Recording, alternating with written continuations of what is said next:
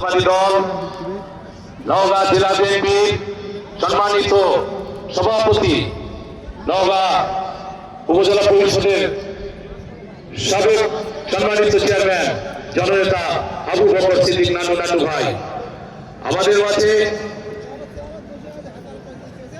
উপস্থিত হবেন বিশেষ বক্তা হিসাবে সাপাহারের মাটি ও মানুষের নেতা, আপনার আবার আমাদের সকলের প্রিয় মানুষ, বাংলাদেশ জাতীয়তাবাদী দল বিএনপির মনোনীত বিএনপির চেয়ারম্যান জনাব তারেক রহমান কর্তৃক মনোনীত এবং আমাদের দেশমাতা মরহুম বেগম খালেদা জিয়া যার হাতে ধানের শীষে মার্কা তুলে দিয়েছে রহমান মোস্তাফিজ ভাই আপনাদের সামনে এসে উপস্থিত হবেন।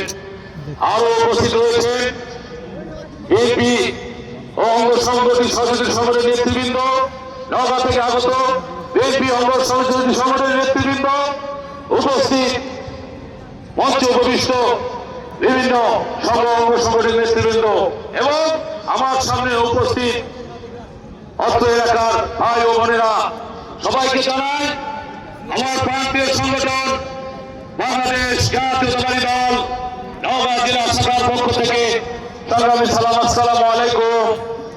অন্যান্য সম্প্রদায় ভাই বোনদের প্রতি রইল আমার আন্তরিক শুভেচ্ছা অভিনন্দন। আপনারা কেমন আছেন? সবাই কেমন আছেন? আলহামদুলিল্লাহ ভালো আছেন। আপনারা ইতিমধ্যে অবগত হয়ে